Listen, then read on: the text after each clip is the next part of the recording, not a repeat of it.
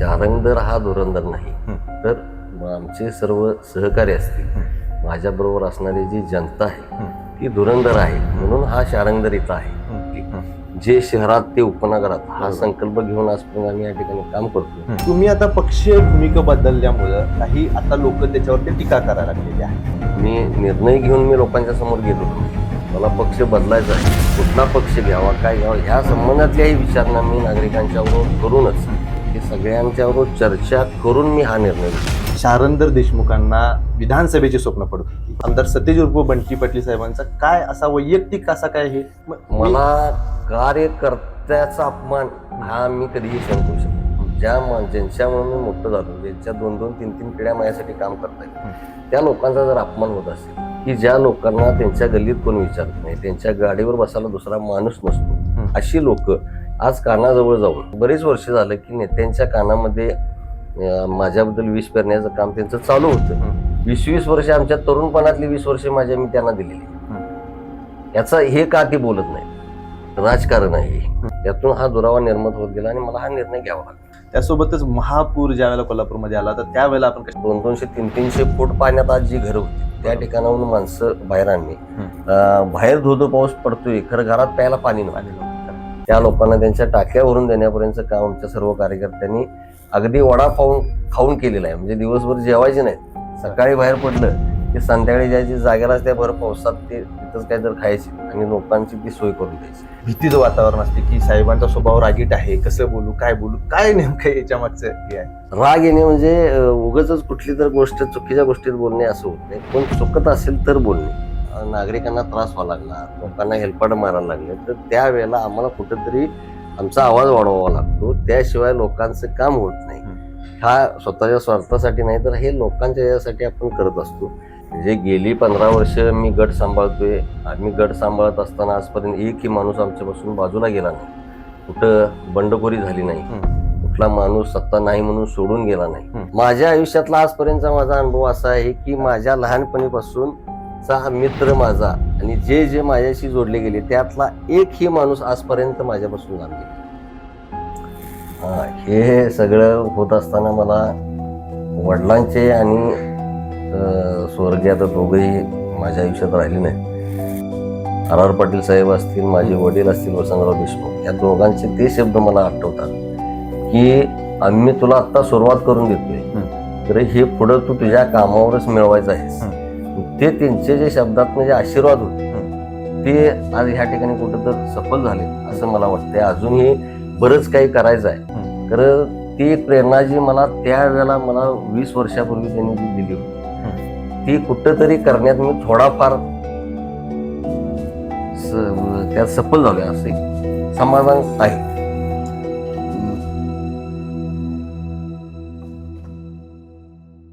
दर्शक हो, नमस्कार. केके न्यूज मध्ये आपल्या सगळ्यांचं मनापासून स्वागत आहे. खरं बघायला गेलं तर महानगरपालिका निवडणूक आता एक 8 दिवसांवरती येऊन ठेपलेली आहे आणि या निवडणुकीच्या पार्श्वभूमीवरती आपण केके न्यूज चॅनेलच्या माध्यमातून विविध प्रभागांचा जो काही आढावा आहे तो आपल्यापर्यंत पोहोचवत आहे. आज बघायला गेलं तर मी कोल्हापूरमधील ज्येष्ठ नेते शारंगधर देशमुख साहेब यांच्या घरामध्ये आहे आणि त्यांच्यासोबत आपण या महानगरपालिका निवडणुकीच्या पार्श्वभूमीवरती संवाद साधणार आहे, चर्चा करणार आहे. कशा पद्धतीने आगामी निवडणुकीच्या पार्श्वभूमीवरती कशा पद्धतीने ते लोकांच्या सोबत पोहोचतायत, भेटतायत, बोलतायत आणि एकूण एक लोकांच्याकडून काय प्रतिक्रिया येत आहेत त्याचा एक आढावा घेणार आहे. साहेब, केके न्यूज मध्ये आपलं स्वागत आहे.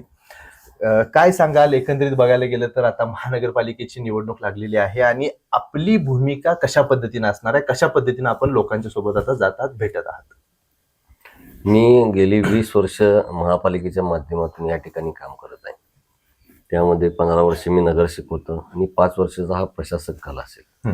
या सर्व कालावधींमध्ये आम्ही जी विकासात्मक भूमिका घेऊन लोकांच्या समोर गेलेला आहे, आज सानेगुडे वसाहत परिसर असेल, राजूपाटीनगर असेल, अंबाई टँक परिसर असेल, हरिओम नगर असेल, ह्या सर्व रंकाळा तलाव असेल, ह्या विविध भागांमध्ये आम्ही विकास कामांच्या माध्यमातून प्रचंड कोट्यावधी रुपयाचा निधी आणून वेगवेगळ्या प्रकारची कामं या ठिकाणी केलेली आहेत. सार्वजनिक सुविधा लोकांच्यापर्यंत पोहोचवण्याचं काम केलेलं आहे आणि तेच माझं काम घेऊन मी आता लोकांच्या समोर निवडणुकीला जात आहे. कशा पद्धतीने लोकांचा प्रतिसाद भेटत आहे? अतिशय चांगला प्रतिसाद आहे. ज्या ठिकाणी जाईल त्या ठिकाणी लोकांच्याकडून कामाची प्रशंसा समोरासमोरून ऐकायला मिळत आहे. काम आमचं लोकांच्यापर्यंत जे भाग नवीन आहेत त्या ठिकाणी आमचं काम पोहोचलेलं आहे.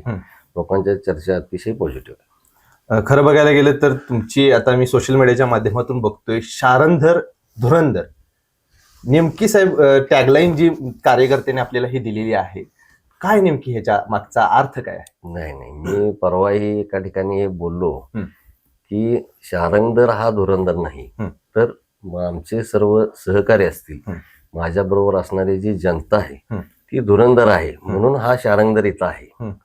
हे मी ह्या आधी स्पष्ट केले. लोकांना चांगल्या वाईट गोष्टीची जाण असते, त्यांना केलेले काम हे समोर दिसत असतं. लोकांच्या मध्ये जाऊन लोकांच्या भावना असतील, लोकांच्या गरजा असतील, ह्या ओळखण्याची एक नाळ जी आम्हाला सापडलेली आहे, त्यामुळं लोकांच्यात एक समाधानकारक प्रतिक्रिया असते, त्यातूनच हे नाव पुढे आलेले असते. खरं बघायला गेलं तर ठराविकच साहेब अशी लोक आहेत की ज्यांना लोक परत परत निवडतात, परत परत त्यांच्यासोबत म्हणजे त्यांच्याकडे पद देतात, त्यांना निवडून देतात. त्यामधलं आपलं एक नाव आहे. लोक साहेब आपल्याला एवढं का आकर्षित आपल्याकडे होतात, त्याच्या मागचं काय कारण आहे? त्या मागचं कारण असं मी नाही सांगू शकणार, परंतु 2003-04 पासून आम्ही सामाजिक कार्यामध्ये या ठिकाणी काम करतो. माजी उपमुख्यमंत्री, गृहमंत्री माननीय R.R. पाटील साहेब यांच्या मार्गदर्शनातून मी, माझे वडील हे आम्ही शैक्षणिक क्षेत्रामध्ये आम्ही त्या ठिकाणी काम करत होतो. त्या माध्यमातून सर्व कार्यकर्त्यांनी इच्छा व्यक्त केली की आपण महापालिका निवडणूक लढवायची. परंतु ते निवडून येत असताना मी त्यावेळेला एकदम वयानेही कमी होतो, अनुभवाने कमी होतो, परंतु R.R. पाटील साहेबांचा अनुभव असेल, वडिलांचा अनुभव असेल, त्यांचं शाळेच्या माध्यमातून, संस्थेच्या माध्यमातून जे कार्य होतं त्याचा उपयोग करून, आणि त्यांनी सांगताना त्यावेळेला स्पष्ट सांगितलं होतं की आम्ही तुला ह्या निवडणुकीमध्ये मदत करू नक्की, परंतु ह्या पुढील जे तुझं कार्यकाळ असेल हे तू तुझ्या कामावरच या ठिकाणी न्यायचं, इथून पुढच्या कुठल्याही निवडणुकीत आम्ही तुला मदत करणार नाही, तू स्वतःच्या ताकदीवर या ठिकाणी निवडून आला पाहिजे. ती एक जिद्द निर्माण त्यावेळेला त्यांच्या त्यामुळे झाली, आणि सतत काम करत गेलो. उपनगराचे आमचे सर्व प्रभाग असल्यामुळं हा प्रचंड अविकसित असा प्रभाग होता. बऱ्याचशा सुविधांपासून आम्ही वंचित होतो. एक चांगलं अधिकाऱ्यांचंही सहकार्य लागलं, आणि चांगल्या भावनेनं काम करत गेला. अधिकारी असतील, सर्व लोक असतील, हे सहकार्य करतात, ह्याचे चांगले अनुभव यातून मिळाले, आणि कामं त्यातून लोकांची होत गेली. त्या माध्यमातून दुसरी निवडणूक झाली. त्या निवडणुकीमध्ये मला कोल्हापूर शहरामध्ये हायेस्ट लीडनं निवडून देण्याचं, उपनगरामध्ये हायेस्ट लीडनं निवडून देणं, आणि ते पण सेकंड ह्याला, कारण थोडी नाराजी असते विद्यमानांच्यावर, परंतु मी सेकंड टाइम निवडणूक लढवत असताना 2010च्या निवडणुकीमध्ये शहरामध्ये हायेस्ट लीडनं मी निवडून त्यावेळेला आलो. त्याच्यानंतर परत कामं करत जात असताना त्यानंतर प्रभाग रचना बदलली, माझा प्रभाग बदलला. त्यामध्ये आम्ही नवीन प्रभाग असून सुद्धा त्यावेळेला अतिशय चांगल्या लीडनं लोकांनी मला, नवीन प्रभागातल्या लोकांनी निवडून दिलं. आणि ही जी लोकांचा सपोर्ट आहे, हीच आमची ऊर्जा आहे. ती ऊर्जा घेऊन आणि पॉझिटिव्ह भूमिका आणि पॉझिटिव्ह गोष्टी सगळ्या पुढे घेऊन गेलं तर कामं चांगली होतात, हा माझा आजपर्यंतचा अनुभव आहे. आणि त्यातून सगळ्या गोष्टी घडत गेल्या, चांगली कामं होत गेली. जे शहरात ते उपनगरात, हा संकल्प घेऊन आजपर्यंत आम्ही या ठिकाणी काम करतोय. बऱ्यापैकी त्यात आम्ही या ठिकाणी आता सक्सेस झालेलो आहे. तुम्ही आता एक मुद्दा बोललात की लोक, म्हणजे लोकांना प्रायोरिटी ठेवून आपण आता इथपर्यंत काम करत आलेला आहात. तुम्ही आता पक्षीय भूमिका बदलल्यामुळं काही आता लोक त्याच्यावरती टीका करायला लागलेली आहे, त्याच्यावरती तुमचं काय मत आहे? नाही, मला असं काही वाटत नाही, कारण मी हा निर्णय घेत असताना माझ्या दोन्ही प्रभागातील सर्व कॉलन्यांमध्ये जाऊन लोकांच्या बरोबर चर्चा करून त्यानंतरच मी हा निर्णय घेतला. मी निर्णय घेऊन मी लोकांच्या समोर गेलेलो नाही. मी हा निर्णय घेणार आहे, मला पक्ष बदलायचा आहे, कुठला पक्ष घ्यावा, काय घ्यावा, ह्या संबंधातल्याही विचारणा मी नागरिकांच्या बरोबर करूनच मी साधारण 2 महिने लोकांना भेटत होतो. कमीत कमी 7 ते 8 हजार लोकांना मी भेटलेलो आहे पर्सनली, ग्रुपनं असेल, मीटिंग घेऊन असेल, वैयक्तिक असेल, हे सगळ्यांच्याबरोबर चर्चा करून मी हा निर्णय घेतलेला. नाही, मग पक्ष बदलायचा जर निर्णय साहेब तुमचा होता, तर मग तुम्ही शिवसेना शिंदे गटामध्ये जाण्याचाच का निर्णय घेतला? आता शिवसेना, माझा काम करण्याची पद्धत, माझा स्वभाव हा त्या पक्षाच्या धोरणांशी निगडीत असा आहे. म्हणजे कुठलीही गोष्ट करत असताना धाडसानं पुढे जाणे हं. आणि कुठल्या गोष्टी लोकांसाठी भांडणे हा माझा नेहमी स्वभाव राहिला. हं. आणि आज जो प्रशासक काळ गेल्या 5 वर्षामध्ये जो झाला, हं. त्यामध्ये नगरसेवक कोणीही नव्हतं. हं. परंतु आम्ही सतत कार्यरत होतो. हं. मला असा अनुभव आला, आम्ही काही विशेष प्रयत्न केले. आमच्या काही संबंधित लोकांच्याकडून आम्ही शिंदे साहेबांच्यावरून पोहोचण्याचा प्रयत्न केला. हं. त्यांना इथल्या गोष्टींची कल्पना दिली, असणाऱ्या समस्यांची कल्पना दिली. त्या 5 वर्षाच्या कालामध्ये मला 35 कोटी रुपयाचा निधी एकनाथ शिंदे साहेबांच्या माध्यमातून या ठिकाणी मिळाला. त्यावेळेला मी बघत होतो की आजपर्यंत जिथं आम्ही काम केलं त्या ठिकाणी 20-20 वर्ष आम्हाला जिल्हाध्यक्षाच्या वरच्या कोणाचं नाव पण माहित नाही, किंवा कधी वरिष्ठ नेत्यांचा कुठला संपर्क येत नाही, आणि मंत्र्यांच्यापर्यंत पोचूनही दिलं जात नाही. आणि त्यामुळं आमच्या अडचणी असेल, निधी मागण्यासाठी असेल, आम्हाला कुठलं व्यासपीठच नव्हतं. तर हे डायरेक्ट आम्हाला त्यावेळेला त्या ठिकाणी ऍक्सेस असायचा. मी दुसऱ्या पक्षात असून सुद्धा आमच्या प्रभागातील अडचणी त्यांना ज्या वेळेला समजावून सांगितल्या, त्यावेळेला टप्प्याटप्प्याने त्याने आजपर्यंत मला 35 कोटी रुपयाचा निधी दिला. तोही प्रभाव माझ्यावर होता. आणि लोकांच्यात ही भावना आहे, महिला असतील, ज्येष्ठ नागरिक असतील, तरुण असतील, हे लोकांच्याकडून ज्या वेळेला मी भेटलो त्यावेळेला त्यातल्या 70 ते 80% लोकांनी हे आपण शिवसेनेचंच काम करावं, शिंदे साहेबांच्यावर आपण जायला पाहिजे, ही भावना त्यावेळेला व्यक्त केली. त्यामुळे निर्णय घेतला. मग ह्या संदर्भात तुम्ही त्यावेळेला तुमचे जे त्यावेळेचे पक्षनेते किंवा गटनेते किंवा जे नेते जे होते त्यांच्यासोबत चर्चा नाही का केली, किंवा त्यांना या गोष्टीची कल्पना दिली नाहीत का?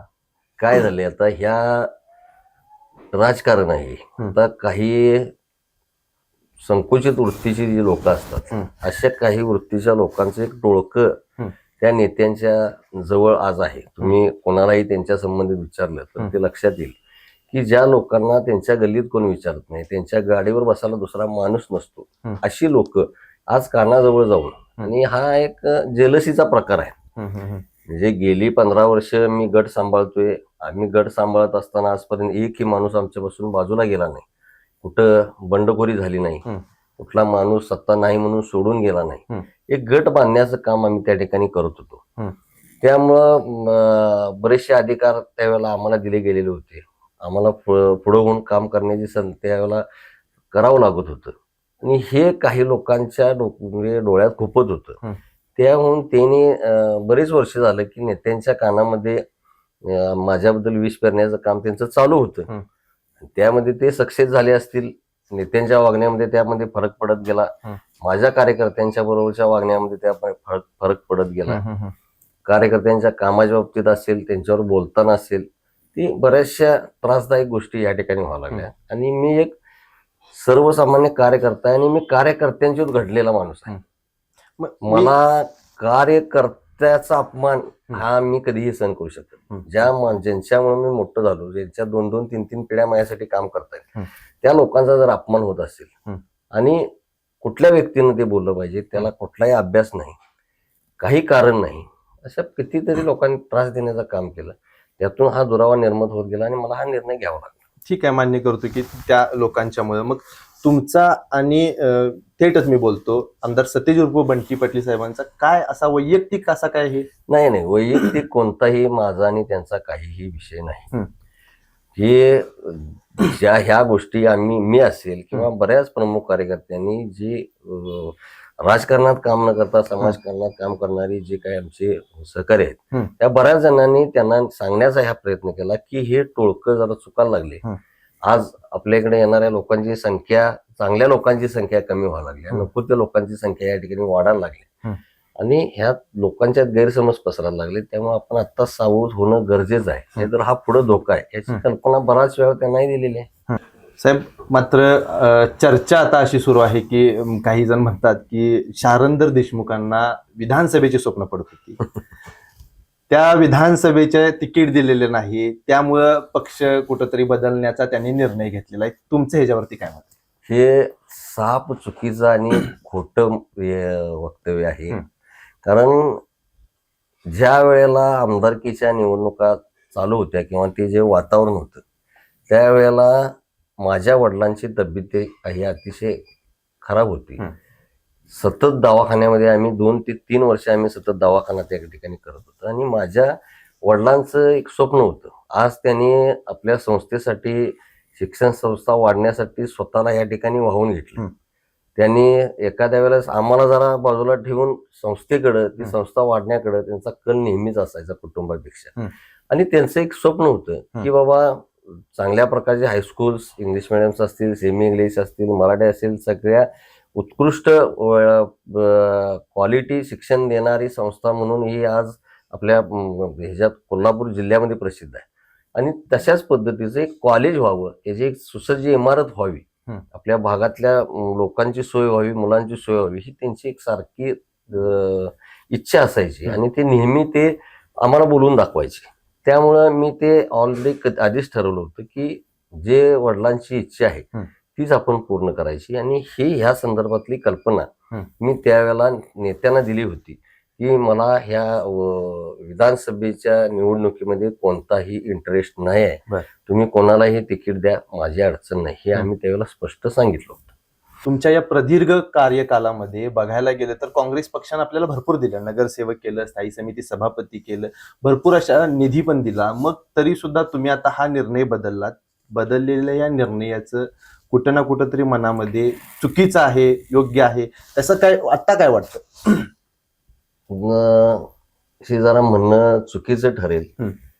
मी स्पष्ट करू इच्छितो की मी काँग्रेस पक्षाचं पक्ष म्हणून कुठलं पद मी आजपर्यंत कधी घेतलेलं नाही. मी व्यक्ती म्हणून या ठिकाणी काम करत होतो. त्यांचा तो पक्ष होता आणि साहजिकच की नेत्याचा जो पक्ष आहे त्या ठिकाणी कार्यकर्त्याला त्या ठिकाणी काम करणं हे बंधनकारक आहे. बरोबर. त्या हेनच आम्ही त्या ठिकाणी 20 वर्ष या ठिकाणी काम करत होतो. आणि निधी दिला, आमचा मी आणला, काय झालं, ह्या बऱ्याचशा गोष्टी ह्या गुपितच आहेत.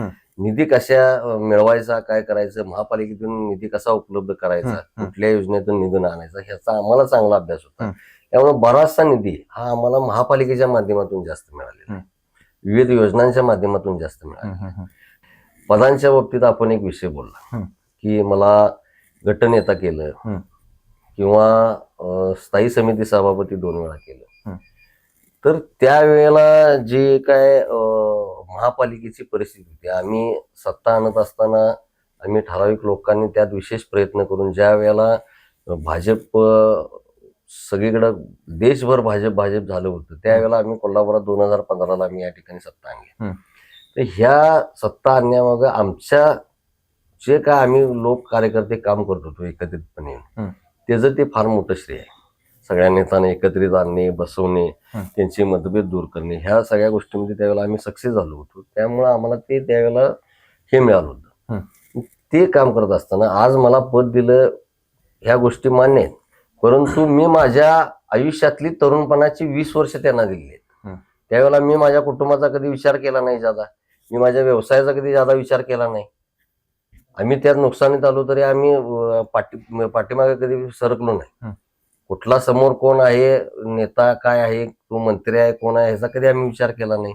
सगळ्या गोष्टी अंगावर घेऊन आम्ही या ठिकाणी काम केलं.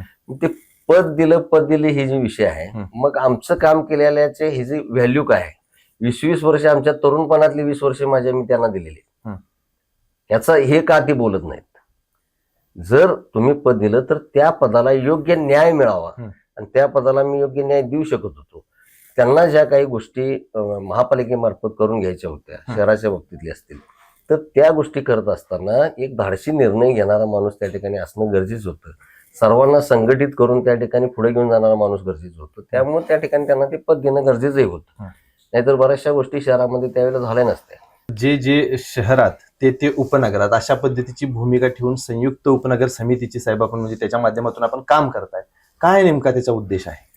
संयुक्त उपनगर समिती आज जे काही सार्वजनिक कार्यक्रम होत असतात, आज विविध ठिकाणी गणेश विसर्जन असेल किंवा शिवजयंती असेल किंवा कुठल्याही गोष्टी या सार्वजनिक सण समारंभ जे होत असतात, ते करत असताना जास्त त्यात कुठं ग्रुप वेगवेगळे न होणे, माणसं एकत्रित येण्यासाठी म्हणून एक व्यासपीठ असावं आणि शहरात होत असणाऱ्या गोष्टींचं शिवजयंती मिरवणूक असेल किंवा इतर गोष्टी ज्या होत असतात ह्याचं एक तरुणांना अट्रॅक्शन असतं. ज्येष्ठ नागरिक, माता भगिनी ते बघायला जाऊ शकत नाहीत, त्यांना हे बघता येत नाही. ह्या सर्व गोष्टींना त्यांना सगळ्यांना संघटित करून एक व्यासपीठ चांगलं देण्यासाठी आम्ही संयुक्त उपनगर मार्फत फक्त शिवजयंती करतो असं नाही, तर आम्ही समाजामधील काही दुर्बल घटक असतील, कोणाला काही गरज असेल तर आमच्या वतीनं आर्थिक मदत असेल. शेणीदान ही आमची कन्सेप्ट आहे. आजपर्यंत आम्ही 21 लाख शेणी ह्या महापालिकेला या ठिकाणी संयुक्त उपनगरच्या मार्फत दिलेले आहेत. रक्तदान शिबिर आम्ही साधारण वर्षातून 2 वेळा आमचं संयुक्त उपनगरच्या वतीने होतं. शेकडो आपल्याला लोक या ठिकाणी आपले ब्लड डोनेट करत असतात, त्याचा लोकांना फायदा होत असतो. त्या माध्यमातून रंगपंचमी आमचा एक हा कन्सेप्ट आहे महिलांसाठी म्हणून. त्यामध्ये महिला मुक्तपणे आणि बिनधास्त सगळ्या ज्यांना वावरता येत नाही घरात किंवा बाहेर त्या ठिकाणी त्याचा आनंद घेत असतात. बऱ्याचशा सामाजिक गोष्टी ज्या आहेत त्या मार्फत आम्ही या ठिकाणी करत असतो आणि एक चांगलं व्यासपीठ उपनगरातील तरुणांना त्यामध्ये दिले. आणि ते करत असताना शिवजयंती ही पारंपरिक पद्धतीने झाली पाहिजे ही आम्ही त्यावेळेला सर्वांनीच ठरवलेलं आहे. आणि आज तागायत कोल्हापूर जिल्ह्यातील माझ्यामध्ये एकच आमची मिरवणूक अशी असेल की ही पूर्णपणे आज तागायत सुरू झाल्यापासून आजपर्यंत ही पारंपरिक पद्धतीने पारंपरिक वाद्य घेऊनच आम्ही या ठिकाणी मिरवणूक करतो. बरोबर. साहेब, महापालिकाच्या माध्यमातून असेल, मग अशी तुम्ही म्हटलात की वेगवेगळी मी ह्या भागामध्ये कामं केल्यात, प्रमुख अशी साहेब काय काय कामं ह्या भागामधल्या लोकांच्यासाठी आपण केलेली काय सांगता येतील किंवा या 5, 10, 15, 20 वर्षाच्या कार्यकालामध्ये आपण कुठली प्रमुख कामं केलेली आहेत? बरीच कामं आहेत. तर त्यामध्ये आता 2 प्रभागामध्ये तर मी नगरसेवक होतो. आता ह्या 5-10 वर्षामध्ये आपण जर कुठेही भागात जाऊन फिरून बघितला तर 100% रस्ते पूर्ण असणारे हे 2च प्रभाग कोल्हापूर शहरामध्ये आपल्याला दिसते, ज्या ठिकाणचे 100% रस्ते पूर्ण केले गेले होते. रस्ते ही संकल्पना अशी आहे, रस्ते, गटर किंवा ही जी काही सार्वजनिक सुविधा आहेत त्या जशा करत जाईल तसं 4-5 वर्षांनी 5-6 वर्षांनी ह्या रिपीट कराव्या लागतात. त्या सोडून जे शहरात आहे ते उपनगरात असावं ह्या धर्तीवर आम्ही आज आमच्या खेळाडूंना गांधी मैदान सोडलं तर दुसरं ग्राउंड या ठिकाणी नाही. आमच्या इथं राजोबादी नगर ही एकच ग्राउंड आहे. त्या ग्राउंडची थोडी दुरावस्था होती, ते पूर्णपणे आपण बंदिस्त केले. त्याला लाईटची व्यवस्था केली आहे जेणेकरून खेळाडू रात्री या ठिकाणी खेळू शकतात. आज या ठिकाणी अमोल माडिक साहेबांच्या फंडातून एक भाजी मंडई बांधून तयार आहे, परंतु त्या जागेची भौगोलिक रचना अशी आहे की त्या ठिकाणी जाण्याला थोडी अडचण होत होती. त्यासाठी एक आम्ही आता 50 लाख रुपये खर्च करून ते हे करून अत्याधुनिक भाजी मंडई त्या ठिकाणी करतोय. आपल्या ह्या ठिकाणी महापालिकेचा दवाखाना गेली 30-35 वर्ष बंद होता. तो दवाखाना आम्ही कोविड काळामध्ये जे सेंटर चालू केलं त्याच ठिकाणी 3000 स्क्वेअर फूटचा दवाखाना या ठिकाणी आता महापालिकेचा चालू आहे. लवकरच त्या 2-3 महिन्यामध्ये त्या ठिकाणी मोफत डायलिसिस मशीन ची सुविधा त्या ठिकाणी होते. त्याचबरोबर सिटी स्कॅन मशीन त्या ठिकाणी येते. आता सगळ्यात महत्वाचं काम सांगायचं झालं तर महाराष्ट्रातली सगळ्यात पहिली महिला जिम ही कन्सेप्ट जी आहे ती ही माझ्या प्रभागामध्ये आपण या ठिकाणी चालू केलेली आहे. जे आज महिला जिम कुठं नाहीत असं नाही, बऱ्याच ठिकाणी आहेत, खाजगी स्वरूपाच्या बऱ्याचशा आहेत, परंतु त्या फिजिकल फिटनेस ह्या बेसवर बऱ्याचशा जिम असतात. बरोबर. आणि त्याची फी ही जास्त असते. बरोबर. परंतु आम्ही चालू करत असताना माझा बऱ्याच वर्ष हा एक प्रयत्न होता की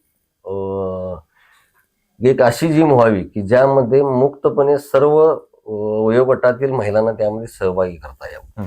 त्यामध्ये आम्ही आता जी जिम केलेली आहे त्यामध्ये माझं आपल्या माध्यमातून महिलांना, शहरातील महिलांना सगळ्यांना विनंती आहे की आपण येऊन ते बघून जावं काय संकल्पना केलेली आहे. आणि हे आपल्या कोल्हापूर शहरात होते की महापालिकेच्या फी मध्ये ती जिम चालू राहणार आहे. महापालिकेची फी हे ना नफा ना तोटा तत्वावर हे सर्वसामान्य लोकांना परवडेल अशी ती जिमची फी असते.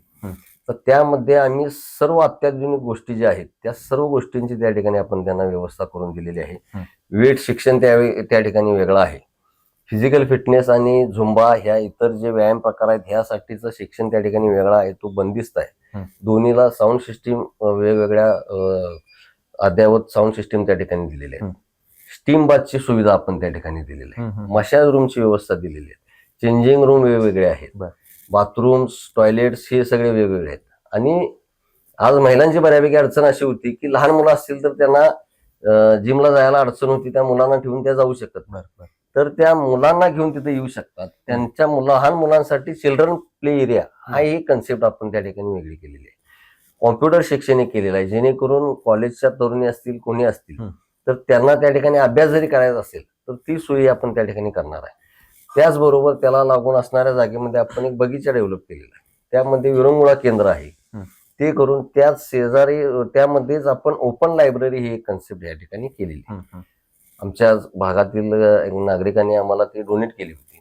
तर ती कन्सेप्ट अशी आहे की तुम्ही त्यामध्ये तिथं येऊन पुस्तकं वाचू शकता, त्यातील पुस्तकं पाहिजे तर घरी घेऊन जाऊ शकता. तुमच्या घरातली वाचून राहिलेली पुस्तकं असतील ते त्या ठिकाणी आणून ठेवू शकता. म्हणजे 3-4 वर्षाच्या मुलीपासून ते 80 वर्षाच्या आमच्या वयस्कर मातेला त्या ज्या ठिकाणी आरोग्याच्या ज्या सुविधा लागतील त्या सर्व सुविधा त्या ठिकाणी करून ठेवलेल्या आहेत. महिलांचं शारीरिकदृष्ट्या सक्षम होणं हे आत्ताची काळाची गरज आहे. कारण आजचं जे काय सगळं चाललंय, आज शासनामार्फत ही 50% महिला आरक्षण आहे हे बरोबरच आहे. तर घरातला 80% जे काय बघत असतात हे महिलाच बघत असतात. त्यामुळे त्या सक्षम राहाव्या, त्यांचं आरोग्य चांगलं राहावं या भावनेतून आम्ही बरेच वर्ष तो प्रयत्न करत होता. आणि तो अतिशय चांगला हा नवीन एक प्रयोग हा महाराष्ट्रात पहिल्यांदा झाला आणि तो कोल्हापुरात झाला आणि कोल्हापुरात तो माझ्या प्रभागामध्ये. निश्चितच साहेब, मगाशी आपण बोलताना एक बोललात की कोविड काळामध्ये केलेलं काम, त्यासोबतच महापूर ज्या वेळेला कोल्हापूरमध्ये आला तर त्यावेळेला आपण कशा पद्धतीने काम केलं होतं रस्त्यावरती? महापूर कालावधीमध्ये बरंच काम ह्या ठिकाणी आमच्या सर्व सहकार्याने या ठिकाणी केलेलं आहे. आज रंकाळ्यामध्ये असणारा देवराज बोटिंग क्लब आहे, हे माझ्या संबंधित मित्राचं असल्यामुळं त्या ठिकाणी आम्हाला त्यांच्या बोट्स असतील किंवा तरापे असतील हे वापरून आम्ही कमीत कमी 3,500 ते 4,000 लोकांना त्यावेळेला स्थलांतरित केलेलं आहे. जे ज्या ठिकाणी जाता येत नव्हतं कुठं, जे जवळपास 200-300 फूट पाण्यात आज जी घरं होती त्या ठिकाणाहून माणसं बाहेर आणणे हे बरंच त्यावेळी काम करता आलं. आज त्यावेळेला अशी परिस्थिती झाली होती की बाहेर धोधो पाऊस पडतोय, खरं घरात प्यायला पाणी नव्हतं. खरं ही वस्तुस्थिती होती. त्यावेळेला पावळणीच्या पाण्याचं महत्व काय आहे हे लोकांना कळालं होतं. त्यावेळेला घरोघरी जाऊन दोन्ही प्रभागातल्या लोकांना घरोघरी जाऊन पाणी पोच करणे, आज अपार्टमेंट असतील त्या ठिकाणी त्यांना खालीन वर पाणी नेणं हे शक्य नव्हतं. बऱ्याच ठिकाणी आमच्या आंबाड्यांग परिसर असेल किंवा काय असेल, वयस्कर लोकांची संख्या जास्त आहे त्या ठिकाणी. त्या लोकांना त्यांच्या टाक्या भरून देण्यापर्यंत काम आमच्या सर्व कार्यकर्त्यांनी अगदी वडापाव खाऊन केलेलं आहे. म्हणजे दिवसभर जेवायचे नाहीत, सकाळी बाहेर पडलं ते संध्याकाळी जायची, जागेलाच त्या भर पावसात ते तिथंच काहीतरी खायची आणि लोकांची ती सोय करून द्यायची. हे एक आमचं संयुक्त उपनगर असेल किंवा आमचं एकजुटी तरुण मंडळ असेल, यांचं एक कार्यकर्त्यांचं एक मोठं काम. साहेब, तुमच्याकडे बघताना कार्यकर्ते सुद्धा एक त्यांच्यामध्ये भीतीचं वातावरण असते की साहेबांचा स्वभाव रागीट आहे, कसं बोलू, काय नेमकं याच्या मागचं हे आहे? नाही, हा एक गैरसमज आहे की आपण समाजामध्ये काम करत असताना कोणी असू दे, जो माणूस स्पष्ट बोलणार आहे तो रागीट आहे असा आपला एक समज असतो. राग येणे म्हणजे उगाच कुठली तर गोष्ट चुकीच्या गोष्टीत बोलणे असं होत नाही. कोण चुकत असेल तर बोलणे हे माणसाचं कर्तव्यच आहे. म्हणजे आज जर आम्ही काय झाले कामाच्या बाबतीत एखाद्या वेळेला नागरिकांना त्रास व्हायला लागला, लोकांना हेलपाट मारायला लागले, तर त्यावेळेला आम्हाला कुठंतरी आमचा आवाज वाढवावा लागतो. त्याशिवाय लोकांचं काम होत नाही. हा स्वतःच्या स्वार्थासाठी नाही तर हे लोकांच्या यासाठी आपण करत असतो. हे लोकांना, जी लोक आमच्या जवळ आली त्यांना हे माहिती आहे. लोकांना बाहेर बघून ही चर्चाच घडवून आणली जाते की रागीट आहे. हाय मान्य आहे, मला चुकीची गोष्ट झाली तर मला राग येतोय, मला ते बोलणं गरजेचं आहे आणि लोकांच्यासाठी राग कुठेतरी व्यक्त करायलाच पाहिजे. आणि ती माझी भूमिका, मी माझा स्वभाव हा कधीही मी बदलणार नाही. ते समोर आल्यावरती, जवळ आल्यावरती लोकांना समजते की नेमका माणूस काय आहे. माझ्या आयुष्यातला आजपर्यंतचा माझा अनुभव असा आहे की माझ्या लहानपणीपासूनचा मित्र माझा आणि जे माझ्याशी जोडले गेले त्यातला एकही माणूस आजपर्यंत माझ्यापासून लांब गेलेला नाही. त्यावरून तुम्ही ओळखून घ्या. खरं बघायला गेलं तर शारंधर देशमुख एक नाव नाही तर एक ब्रँड म्हणून ओळखलं जाते साहेब. तरुणाईमध्ये तुमची एक चांगली क्रेज आहे, महिला वर्गांच्या मध्ये एक चांगला रिस्पेक्ट आहे, एक लाडका भाऊ म्हणून आपल्याकडे बघितलं जातं. तसेच ज्येष्ठ नागरिकांच्या मध्ये सुद्धा एक चांगलं नाव किंवा बाबा एक कर्तृत्ववान पुरुष म्हणून आपल्याकडे बघितलं जातं. एवढ्या सगळ्या लोकांना आपण पुढे घेऊन जाताय, या भागाचं प्रतिनिधित्व करताय आणि अशा पद्धतीने लोकांच्याकडून आपल्याला जे काही आपली वाहवा होते हे सगळं बघत असताना आपल्याला काय वाटतं, काय भावना आहे आपली? हा, हे सगळं होत असताना मला वडिलांचे आणि स्वर्गीय आता दोघंही माझ्या आयुष्यात राहिले नाहीत. आर पाटील साहेब असतील, माझे वडील असतील वसंतराव देशमुख, या दोघांचे ते शब्द मला आठवतात की आम्ही तुला आता सुरुवात करून देतोय, तर हे पुढं तू तुझ्या कामावरच मिळवायचं आहेस. ते त्यांचे जे शब्दातनं जे आशीर्वाद होते ते आज ह्या ठिकाणी कुठं तर सफल झालेत असं मला वाटतंय. अजूनही बरंच काही करायचं आहे. खरं ती एक प्रेरणा जी मला त्यावेळेला मला 20 वर्षापूर्वी त्यांनी जी दिली होती ती कुठंतरी करण्यात मी थोडाफार त्यात सफल झालोय असं समाधान आहे. महापालिका निवडणूक साहेब लागलेली आहे. मगाशी आपण म्हटलात की ह्या प्रभागामधल्या किंवा ह्या दोन्ही प्रभागामधला एकही रस्ता अजून आम्ही शिल्लक ठेवलेला नाहीये. आता ह्या निवडणुकीच्या दरम्यान ज्या वेळेला आपण लोकांना जाताय, भेटताय, बोलताय, त्यावेळेला लोकांना व्हिजन म्हणून मग कोणत्या मुद्द्यांवरती तुम्ही ही निवडणूक लढणार आहात? आता हा प्रभाग जर आपण बघितला तर ह्या प्रभागामध्ये 4 वेगवेगळे गट आपल्याला एकत्र आलेले दिसतील. त्यामध्ये सानेवीर वसाहत असेल, हा शैक्षणिक दृष्ट्या सुधारलेला प्रभाग आहे. अंबाई टँक प्रभाग असेल, ह्यामध्ये कोल्हापूर शहराचं वैभव असणारा रंकाळा तलाव ह्या ठिकाणी आहे. त्यामधील ही लोक शैक्षणिक क्षेत्रात असतील, व्यावसायिक क्षेत्रामध्ये तो भाग पुढारलेला आहे. ती विचारसरणी त्या लोकांची वेगळी आहे.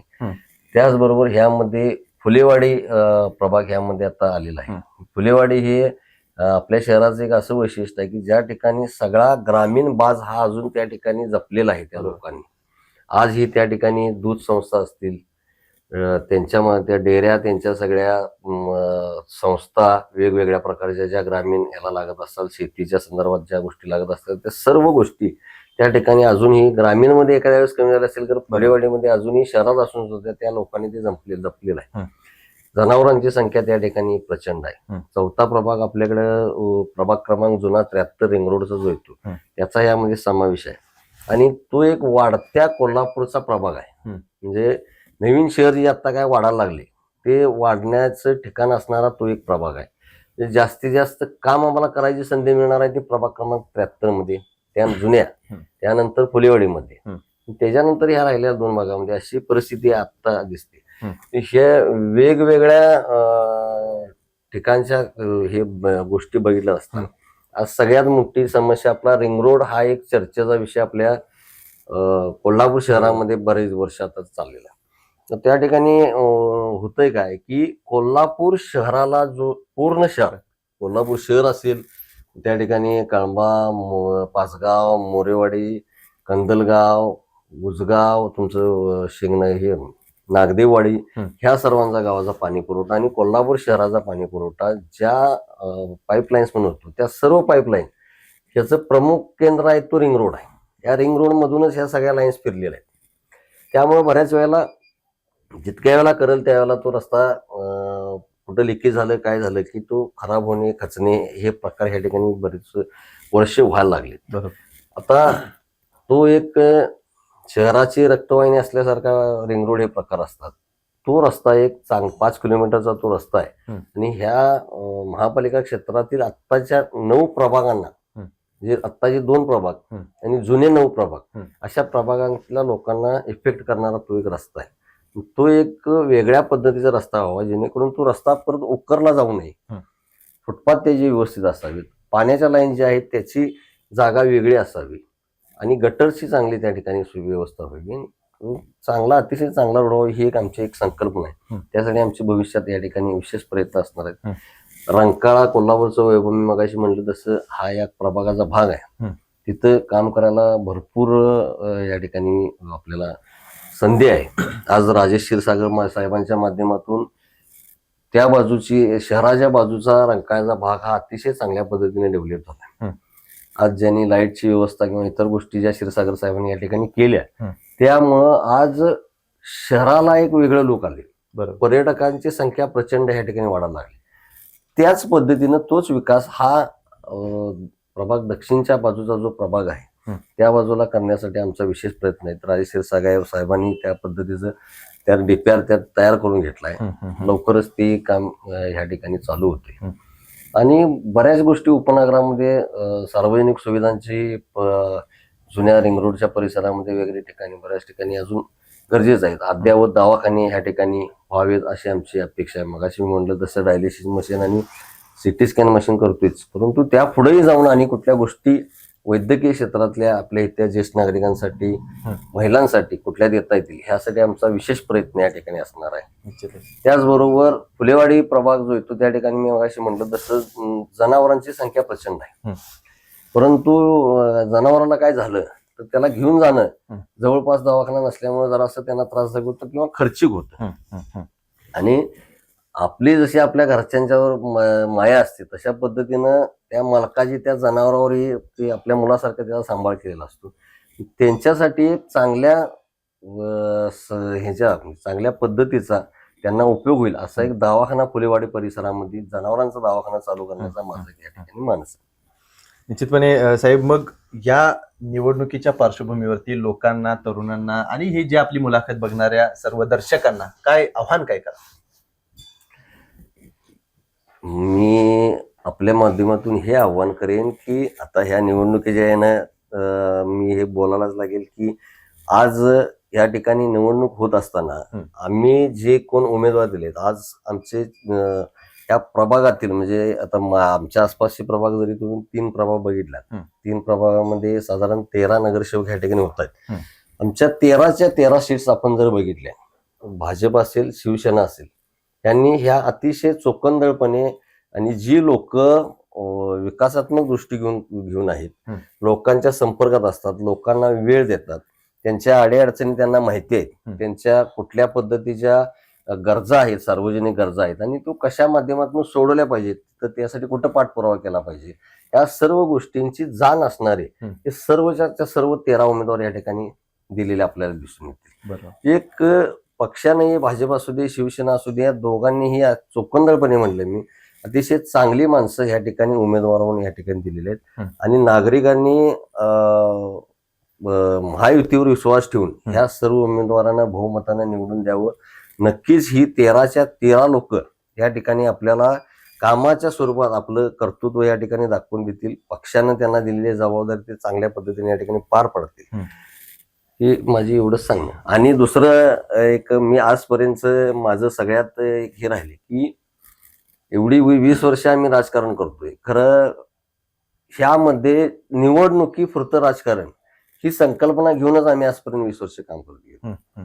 त्यामुळं आमच्या विरोधकांच्यात आमच्यात कधी वादावादी हा प्रसंग आजपर्यंत कधी झाला नाही. ज्या वेळेला निवडणूक येईल त्यावेळेलाच राजकारण, इतर वेळेला 100% समाजकारण ही संकल्पना घेऊनच सर्व कार्यकर्त्यांनी गेलं पाहिजे आणि सर्व उमेदवारांनी गेलं पाहिजे. आता तुम्ही आमदार साहेबांच्या विषयी आपण बोललातच की त्यांच्या माध्यमातून केलेली निधी किंवा असलेले तुमचं जे काही व्हिजन आहे ते, तसंच आता कोल्हापूर जिल्ह्याचे पालकमंत्री प्रकाश आंबेडकर यांच्याबद्दल आपलं काय मत आहे?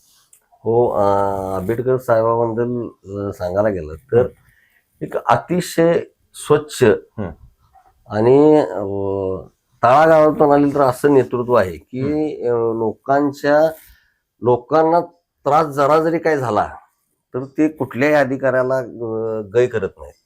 एक अतिशय चांगलं काम करणारे आणि पॉझिटिव्ह काम करणारे त्यांनी, आणि लोकांचे अडचणी ऐकून घेणे, त्या पूर्ण ऐकून घेऊन त्यावर वेळ देऊन ऐकून घेणे आणि त्याला समाधानकारक त्याला त्यांच्या क्रियेतून असेल, कामातून असेल, या सगळ्यातून त्यांची त्या ठिकाणी लगेच त्याला फीडबॅक असतो. एक अतिशय चांगला पालकमंत्री हा कोल्हापूर जिल्ह्याला आणि पॉझिटिव्ह शहराला घेऊन जाणारं व्यक्तिमत्व कोल्हापूर शहराला पालकमंत्री म्हणून या ठिकाणी मिळाले. निश्चितपणे KK न्यूज चॅनेलच्या माध्यमातून आज खरं बघायला गेलं तर आपण शारंदर देशमुख साहेब यांची या महानगरपालिका निवडणुकीच्या पार्श्वभूमीवरती मुलाखत घेतलेली आहे, त्यांच्यासोबत संवाद साधलेला आहे.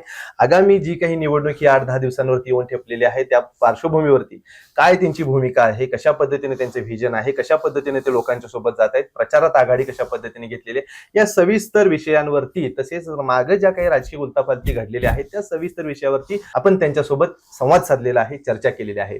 तर दर्शक हो, तुम्हाला ही मुलाखत, तुम्हाला हा चर्चा कशा पद्धतीने वाटली हे आम्हाला कमेंट करून जरूर कळवा. तुर्तास तरी या व्हिडिओसह मी इथं थांबतो. केके न्यूज चॅनलसाठी कॅमेरामन सचिन वारेकर यांच्यासह मी अभिजित. धन्यवाद.